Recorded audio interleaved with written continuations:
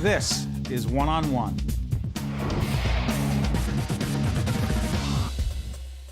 One of the most interesting people we love to have back on One-on-One is with us right now. She's the president of Caldwell College, our good friend, Nancy Blattner. How you doing, Nancy? Doing great, Steve. Thanks. First thing I want to do is, we had a gentleman, we taped 2 days back to back, and one of the folks who we just had in was a young man from Caldwell College, David Reith. This guy is going into his junior year as we do this program. Yes, he is. He just won an Youth Entrepreneur of the Year award, big award. You were there that day. I just said to you, sooner or later we're all going to wind up working for this young man. Who is he? Why is he so important? And why does he somehow represent the best of Caldwell?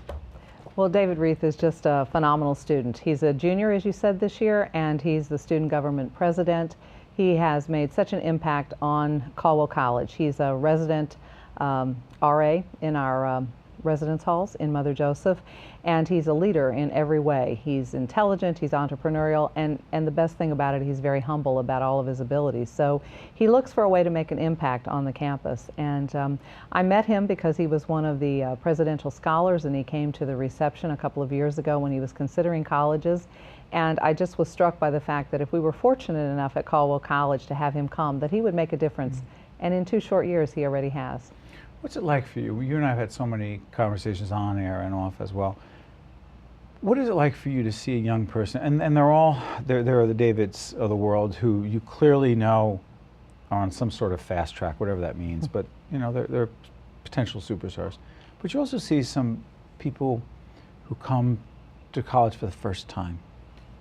They're the first in their family, and everything in between.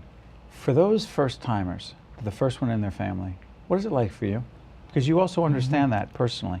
It's reminiscent of when I started college. Talk about that. And I will. As I've said to you before, my parents only had an 8th grade education, and so while they really stressed the importance of my receiving a college degree, they didn't have any idea about how to help me. And so I relied on a lot of other people, high school teachers and counselors and advisors at the college, and even friends who had been in college and could help me along that journey. And so I'm very committed to students who don't have the support at home, not because their parents are uninterested, but simply because they haven't had the experience to help them. At Caldwell, we have about 1/3 of our students who indicate that they are first generation, and then about another 1/4 of our students don't respond to that question. So we think that we have somewhere between 40 and 50% of our students who come as first generation students, and we try to provide a very good transition to them so that we're welcoming on the campus, because we know that sometimes if they have a question that they don't know where to go to get an answer, or if they have a problem that they need to solve and they're not sure how to go about doing it, we may lose them as a student, and I think that's a great loss of potential. So we work very hard to try to provide the services and to identify those students who may need just a little bit more guidance along the way. And my heart goes out to them because I was one of those students. And I talk to people all the time that I hope the return on investment, you know, the big buzzword, in me paid off. And so I want to repay that to our own students. But the financial piece is huge. It is huge, and that's a very difficult transition for many parents and many students, because the forms are endless thanks to a lot of regulation that all of us in higher education, yes, have to respond to. So we try to provide a very, I think, empathetic and informed financial aid office staff, for example, and we also try to help students, particularly those that are second language speakers, by having our own staff who are able to speak with parents and students in Spanish, for example, which is the largest second language population that we have on the campus. We also have a lot of our essential forms available in Spanish and available through a link on the website. So we want to make this as user-friendly as possible, and we want the families to understand the process that they and their students are entering into. You know, the other thing, Nancy, you and I have talked about is community service. It's a big theme. It you is. know, I was able to host one of the recent Caldwell galas, and we recognized some terrific people in the community who make a difference, right? Yes, they And do. making a difference is a big theme. That's just not rhetoric. That's real at your place. Talk about the specific efforts, Caldwell Day, if you will. What is it? Why is it? And why is it so important? Sure, I'd be glad to. Caldwell Day actually started 3 years ago, so our fourth Caldwell Day will be on October 5th this year. And it's a day when the entire campus recognizes how important it is to give service back to the communities that surround and support us throughout the year. So we cancel classes and we close. You cancel the class? Yes, we work with the faculty who have agreed that this is so important that we cancel a day of classes. And we close all non-essential offices so that faculty and staff can go with our students out into the various communities that surround us to give back a day of service. So in the past and this year, we will go to places like churches and synagogues, senior centers, environmental agencies, American Legion posts, and schools. And we do tutoring, we plant trees, we do whatever needs to be done. And it's more than just the one day, however, Steve. We're very committed to service because it's one of the 4 foundational pillars of the Dominican Order that sponsors Caldwell College as a Catholic institution. We just had freshman orientation where we had our 300 freshman class members coming to campus for a weekend, and they spent last Saturday, in a day of freshman service.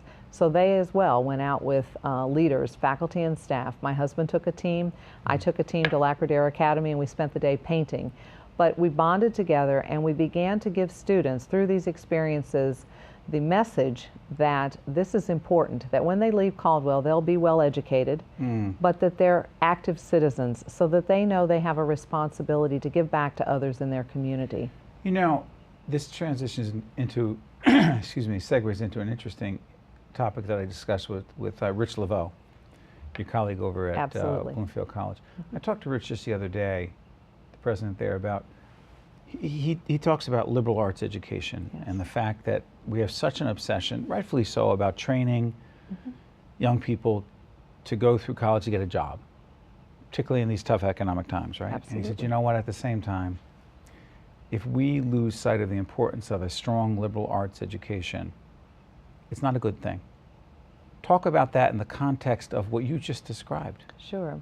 Well, it is important to prepare students for their first career or for graduate school, and I'd be the last to disagree with that. But we also at Caldwell, and I'm sure Rich talked to you about this, believe that at the basis of all of this is a strong liberal arts education. What does that mean? And people hear liberal, it's a funny word. Yes, because it's not a political connotation. Not at all. And oftentimes people think that. What does it mean? Excuse me for interrupting me. From an academic, scholarly point of view, liberal arts means? From my perspective, it means that students who have a liberally grounded education in the liberal arts will leave college with the following types of skills. They'll be good communicators, so they'll be able to write and speak coherently. They'll be able to analyze problems and think critically. And they'll also be able to work independently or as part of a team. And so what we're really doing is giving students a toolbox of capabilities or skills that help them to be successful as people, not just as graduate students or as workers. And I think along with that for us, we pair that with the desire and the understanding to know how important volunteerism is or service. And that's how I see all that fitting together. It's about the entire human being. It is. Got a minute left. What have I missed? Anything else you want to talk about? Well, I just want to say that our nursing program is burgeoning. We just had your nursing dean on. Yes, wonderful woman, and we just started 3 years ago, and now we have a full cohort of 160 students. We've built out a new department of nursing on the campus that just opened at the beginning of the week for people to see, and we're in the process. We have the space identified that we're going to renovate over the next year for our brand new nursing labs, and this is going to be a fantastic new venture that we go into. We often have these conversations with Nancy. We just had a conversation. We had a group of enterprising women. Remember that show we did? I do. 4 enterprising, entrepreneurial, professional women talking about the struggles, challenges, and the rewards of doing that. But also you talked about some of the tough decisions. We'll talk about that another time. We'll do it. It's great talking about the enjoyable things you get to do, but boy, those tough decisions. Nancy Blattner is the president of Caldwell College, our partner and friend up there. Thank you for coming in and sharing some of the exciting news happening there, but also some of the challenges you face every day. Thank you, Steve. It was my pleasure. Good stuff. One-on-one will continue right after this. Stay with us. One-on-One with Steve Adubato has been a production of the Caucus Educational Corporation, celebrating 25 years of broadcast excellence. Funding for this edition of One-on-One with Steve Adubato has been provided by Robert Wood Johnson Foundation, New Jersey Manufacturers Insurance Group, auto insurance, homeowners insurance, and banking under the principle of stewardship. PSE&G, committed to improving New Jersey's economy and strengthening its communities. And by the law firm of Gibbons PC. Promotional support provided by NJ Biz, All Business, All New Jersey. And by the New Jersey Business and Industry Association and its monthly magazine, New Jersey Business. Transportation provided by Airbrook Limousine, serving the metropolitan New York, New Jersey area. One-on-One with Steve Adubato has been produced in partnership with St. Joseph's Healthcare System.